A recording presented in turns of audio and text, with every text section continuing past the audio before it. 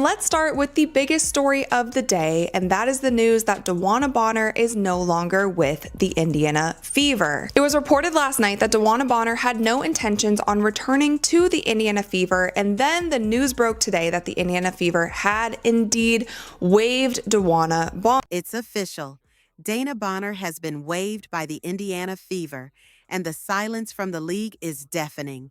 1 minute she's setting off sparks. The next, she's a ghost town. No signings, no workouts, not even a sniff of a charity camp invite. Did Bonner truly torch her own future with one too many ego flares? Or are we witnessing the most coordinated cold shoulder in professional sports history? Buckle up, because this fallout is juicier than a courtside feud after a buzzer-beater loss. The Indiana Fever, a.k.a. America's team, baby. It's the talk of the town. It's the talk of the town. Want to know why? DeWanna Bonner has been waived after quitting on America's team because she decided she wants to hoop and hop. The Indiana Fever, once the talk of the town, is now at the center of a different kind of conversation. Dana Bonner, after quitting on America's team, has learned a harsh truth.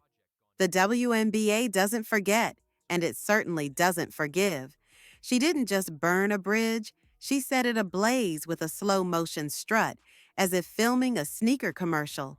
And for what? To pretend she was still the face of a team she barely contributed to. Overrated doesn't even cut it. She treated herself like WNBA royalty while the league had already moved on. Her stock tanked, her minutes vanished, and now she's left with nothing but pride and a rapidly shrinking fan base. But this wasn't just a simple walk away. The whispers suggest a much more calculated move.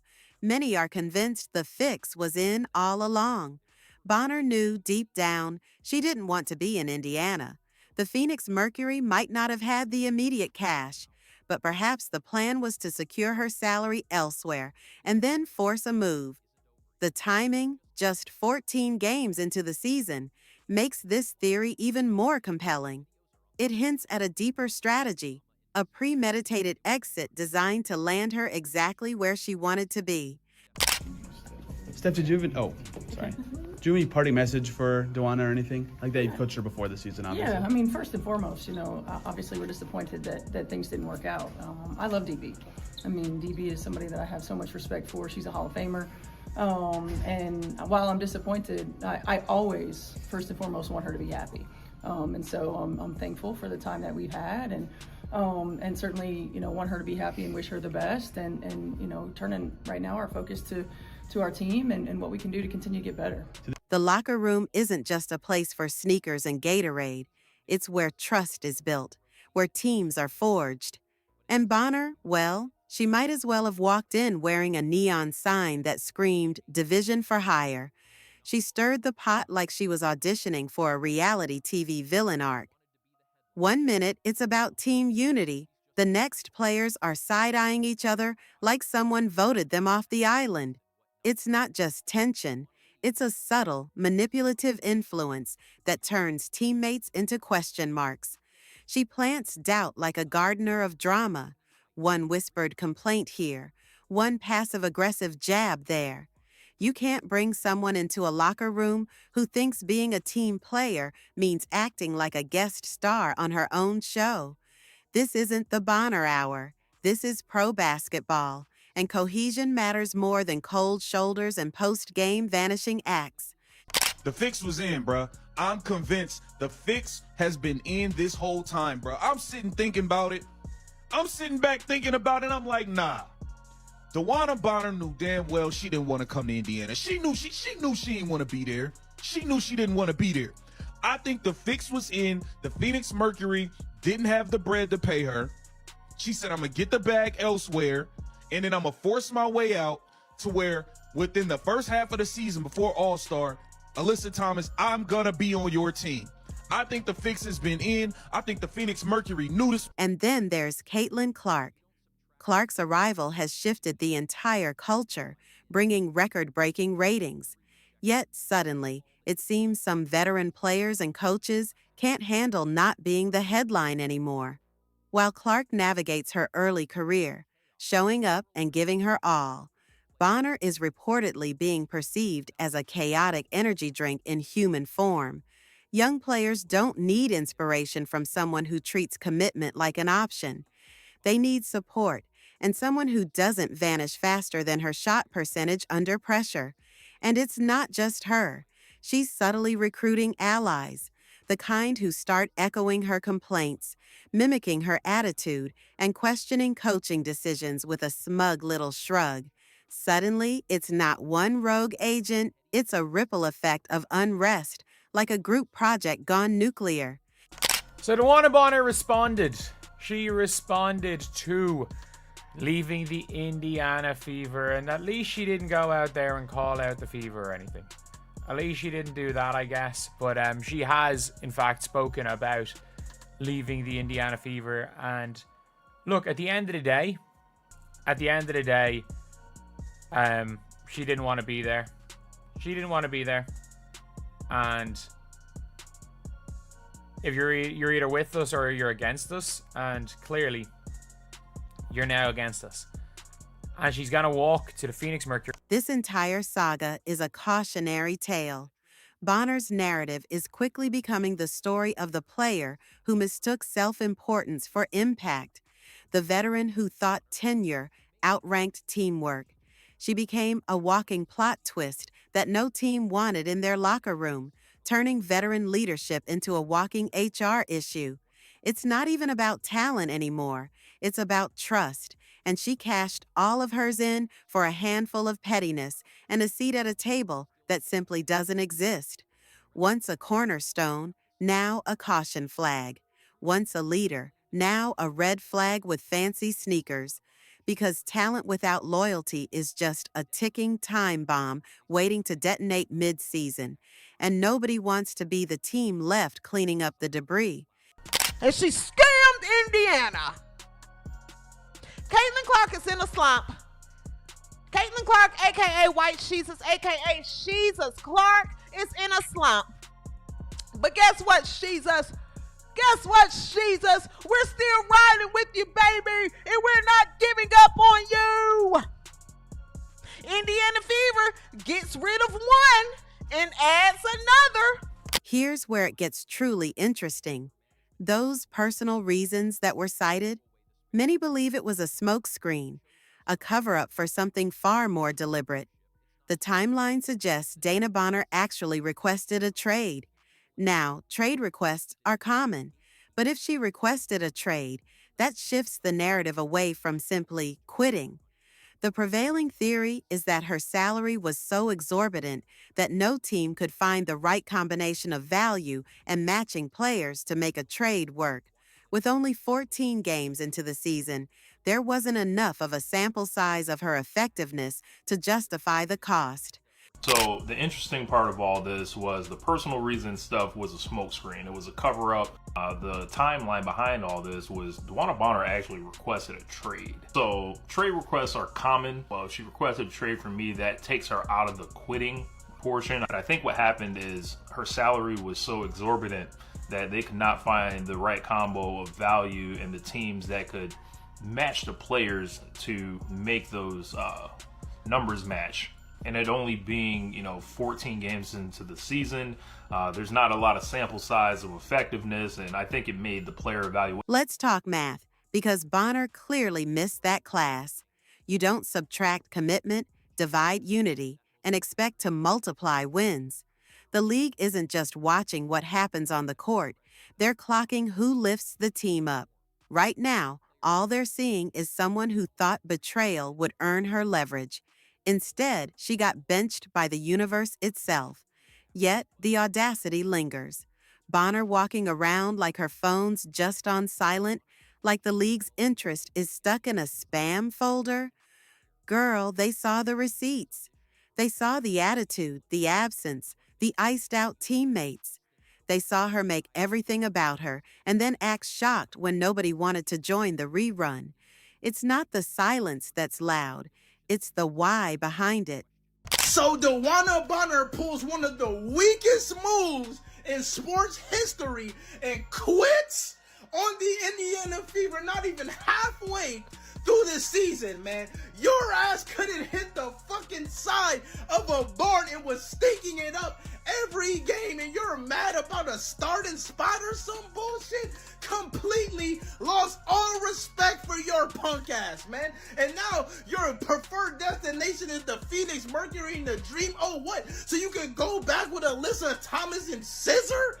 What the fuck kind of bullshit is this? And then all the people that hate Caitlin Clark so much, the Black Clan and Black Clan Panders, are sitting here supporting this weak-ass move. And yet she still acts like the league did her dirty, like being passed over is some grand injustice instead of the very predictable result of her own PR nightmare. Indiana Fever management made the right call. Lock the door and throw away the spare key.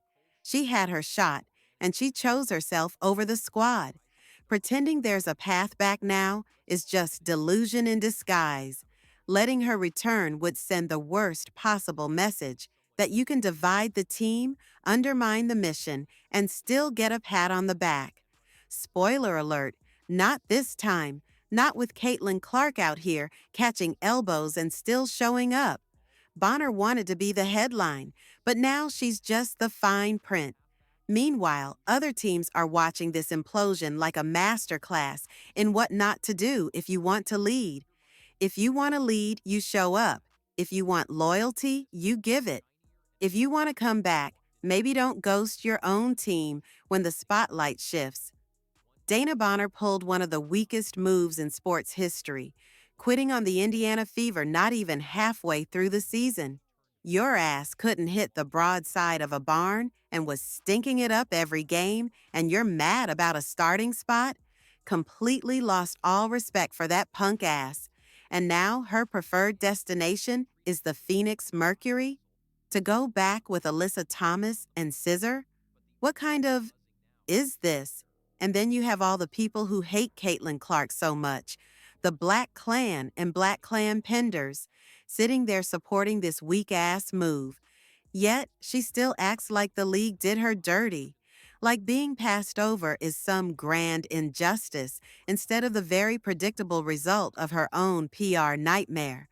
That's the funniest part, watching someone light a fire, roast their own chances, then stand in the ashes asking why nobody brought marshmallows. News. You can welcome Ari McDonald back to the team. The Fever said, you know what? We're not even going to bother trying to trade DeWanna Bonner. We're not going to get anything for her. We are going to move on. They have waived her. I believe it saves about, $135,000 from what they were paying her, which that is obviously gets freed up. They already had, I think, 30-some thousand already freed cap space. So they signed Aaron McDonald. So now that's 11. I believe they will. It may not happen right away because now that they're back to 11, they may, take some time and look and do some research. And I talked. Even the fans are side-eyeing now, not just because she turned her back on Caitlin Clark, but because she turned her back on what the sport is supposed to be about. Not one-player shows, not passive aggression and petty beefs, not clicks and cold shoulders. It's supposed to be about unity, sacrifice, fighting for each other. She chose herself, and now she's by herself. This isn't just karma, it's poetic justice with sneakers on. Because when the game calls and the teams answer, they don't want drama in disguise. They want heart, grit, players who rise with the team, not above it. Bonner made her decision. She just didn't realize everyone else could see through it in high definition. Now she's stuck on the sidelines, clutching old stats like they're golden tickets, wondering why the arena doors won't swing open. But the league moved on, the game evolved, and the only person who didn't get the memo was Bonner herself, still thinking she's the protagonist while the rest of the cast has already wrapped the season without her. WNBA fans, we got some breaking news. As I predicted in my video yesterday, DeWanna Bonner, who requested a trade from the Indiana Fever, has officially been waived. Indiana Fever were unable to find a trade package that worked for her $200,000 contract. I predicted that it would make more sense to waive her, allow a team to either pick her up off of waivers, which I don't think will happen, or allow her to clear waivers and go sign with another team for a different contract amount that fits under their cap. The news of DeWanna Bonner being waived comes from Chloe Peterson of the Indy Star. She does do great work on that beat. What's next for the Indiana Fever? We'll be re-signing Aari McDonald on a veteran minimum. We'll have another free spot and cap space to sign another player. The truth is, you can't claim to be a leader and then vanish when it counts. You can't expect a hero's welcome when you ghost the squad, question the culture, and act like loyalty is just a suggestion. Meanwhile, the Fever welcomes Aari McDonald back to the team. They said, you know what? We're not even going to bother trying to trade Dana Bonner. We're not going to get anything for her. We are going to move on. They have waived her, saving about $130,000 from her salary, freeing up cap space. They've now signed Aari McDonald, bringing them back to 11 players. And with every rejection, every call that never comes, she's learning the harshest lesson in sports. When you make it all about you, don't be surprised when no one shows up to cheer. And just when you thought the plot couldn't get thicker, bam. Suddenly, there's Stephanie White, looking real cozy in the center of the storm. Not panicking, not clarifying, just existing with the suspicious calm of someone who either knows everything or is way too good at pretending she doesn't. Because let's be honest, this isn't just about Bonner spiraling into professional purgatory. This has the quiet fingerprints of a deeper, much pettier operation. Wait, if DeWanna Bonner had requested a trade, like if she requested a trade, this is my only issue with the situation. My issue is not DeWanna Bonner wanting out. My issue is the fact that she took her money and just refused to play. She refused to play. Like, you had fans out there praying for you. Hoping that it wasn't any family issues and saying, like, you know what, like, giving you the benefit of the doubt. I don't want to come off the bench is not a personal issue. The way she casually sidesteps accountability, that's not leadership. That's selective blindness or, worse, silent endorsement. Because let's be real, what commissioner worth their paycheck would let this level of chaos swirl around one of the most marketable players the league's seen in decades without lifting a single immaculately manicured finger? Either there's a bigger agenda, or someone's getting their popcorn ready and letting it all burn for entertainment. As I predicted yesterday, Dana Bonner, who requested a trade from the Indiana Fever, has officially been waived. The Fever were unable to find a trade package that worked for her $200,000 contract. It made more sense to waive her, allow a team to pick her up off waivers, or allow her to clear waivers and sign with another team for a different contract amount that fits their cap. This news comes from Chloe Peterson of the Indy Star, who does great work on that beat. What's next for the Fever? They're resigning Aari McDonald on a veteran minimum, which leaves another free spot and cap space to sign another player. And for what? Jealousy. That most tired, tragic, and shockingly career-ending of emotions.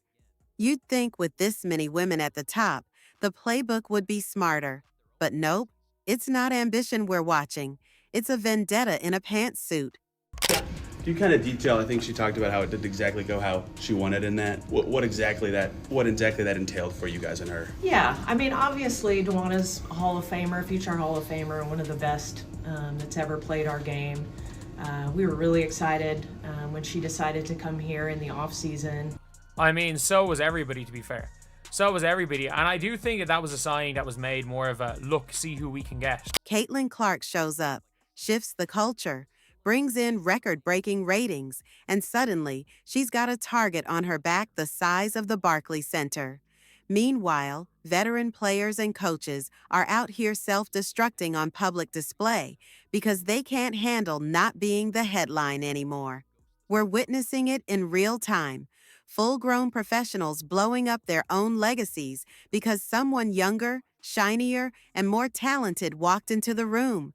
One coach pretending not to see, one commissioner pretending not to hear.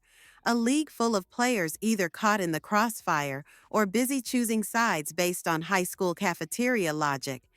And the worst part? They think they're being subtle. They think no one notices the optics. But everyone does. The fans do, the sponsors do, the networks definitely do. And they're not impressed. They're watching women with power fumble it in front of the biggest spotlight the league has had in years, all because someone new had the audacity to be great too fast. If Dana Bonner had requested a trade, that's my only issue with the situation. My issue isn't Bonner wanting out. My issue is the fact that she took her money and just refused to play. You had fans out there praying for you, hoping it wasn't any family issues, saying, you know what, giving you the benefit of the doubt. The I don't want to come off the bench is not enough. It's not a personal issue. Let's call it what it is. Ego-driven sabotage dressed up as veteran standards.